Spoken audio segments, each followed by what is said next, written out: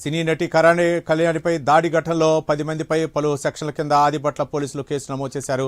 Lucky draw పేరుతో YouTuber సిద్ధమౌని Narender కోట్ల రూపాయలు వసూలు చేస్తున్నాడు. అయితే ఆదిబట్ల వండర్లా సమీపంలో ఫార్చునర్ కారు పేరుతో లక్కీ డ్రా ప్రచారం చేస్తుండగా పంజాగుట్ట పోలీసుల సహకారంతో కరాటే కళ్యాణి రెడ్ హ్యాండెడ్గా 10 మందిని పట్టుకున్నారు. ఈ క్రమంలో నిందితులు తన చున్నీని లాగి అసభ్యకరంగా ప్రవర్తించారని, ఫోన్ను కూడా లాక్కున్నారని పోలీసులకు కరాటే కళ్యాణి ఫిర్యాదు చేశారు. ఫిర్యాదు మేరకు నిందితులపై 74, 75, 79, 115(2), 132, 351(2), 352 BNS సెక్షన్ల కింద కేసు నమోదు చేశారు పోలీసులు. గతంలో ప్రధాన నిందితుడు నరేంద్రపై మీర్పేట పోలీస్ స్టేషన్లో చైన్ స్నాచింగ్ కేసులు ఉన్నట్లు తెలుస్తోంది. ఇదే అంశానికి సంబంధించి మరింత సమాచారం మా కరెస్పాండెంట్ కుమార్ అందిస్తారు. కుమార్. Thank you Ravi. ఇటీవల కాలంలోనే ఏదైతే ఇటు సోషల్ మీడియాలోని చాలా మట్టుకు స్కాములు జరుగుతున్నాయి. అయితే ముఖ్యంగా ఇందులో ప్రధానంగా చూసుకుంటే ఏదైతే కార్లు గిఫ్ట్గా ఇస్తామంటూ కూడా ఇటు ఇన్స్టాగ్రామ్లోని సోషల్ మీడియాలోని విపరీతంగా వైరల్ అవుతున్నాయి. అయితే సిద్ధమౌని నరేంద్ర అనే వ్యక్తి ఒక ఫార్చునర్ కార్ గిఫ్ట్ ఇస్తామంటూ కూడా ఇటు తనకున్న సబ్స్క్రైబర్స్తో పాటు ఇన్స్టాలో రీల్స్ పెట్టి వాళ్ళ దగ్గర నుంచి ఫోన్పేలో అమౌంట్లు వేయించుకొని లక్కీ డ్రా తీసి ఏదైతే ఫార్చునర్ కార్ గిఫ్ట్ ఇస్తామంటూ కూడా విపరీతంగా ప్రచారం చేస్తున్నాడు. అయితే గతంలో తిరుమల తిరుపతి దేవస్థానంలో కూడా ఇతను ఒక రీల్ చేసి అప్లోడ్ చేయడం జరిగింది. అయితే ఆ తర్వాత దీనిపై ఏదైతే కరాటే కళ్యాణి పంజాగుట్ట పిఎస్లో కేసు కూడా పెట్టడం జరిగింది. దానిపై కేసు కూడా నమోదైంది.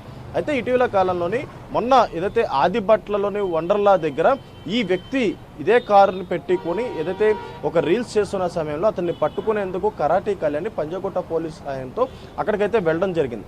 అయితే అక్కడ 10 మంది ఒక్కసారిగా కరాటే కళ్యాణిపై దాడి కూడా చేశారు. ఆమె చున్నీ లాగడానికి కూడా ప్రయత్నించారు.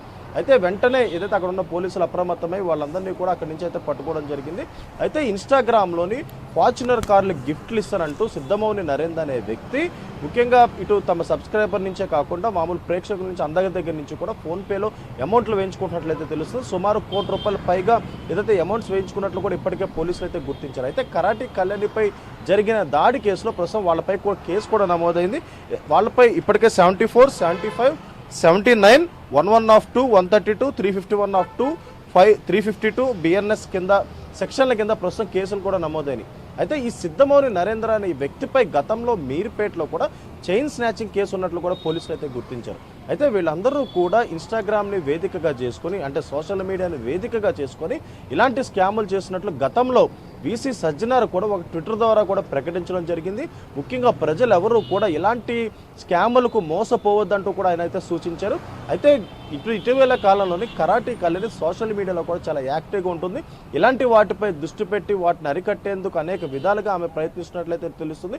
అయితే ఇదే తరహాలోని ఏదైతే ఆదిబట్ల పోలీస్ స్టేషన్ పరిధిలో ఉన్న వండర్లా దగ్గర కూడా రీల్స్ చేస్తున్న సమయంలో అంటే ఈ కార్ని గిఫ్ట్గా ఇస్తామంటూ కూడా అక్కడ రీల్స్ చేస్తున్న సమయంలోని పంజాగుట్ట పోలీసులను వెంట పెట్టుకుని ఆమె అక్కడికైతే వెళ్ళడం జరిగింది. అయితే అదే సమయంలో 10 మంది ఆమెపై దాడి చేశారు. అయితే ఆ దాడికి సంబంధించి పోలీసులు వాళ్ళందరినీ కూడా ప్రస్తుతం అదుపులోకి తీసుకున్నట్లయితే తెలుస్తుంది.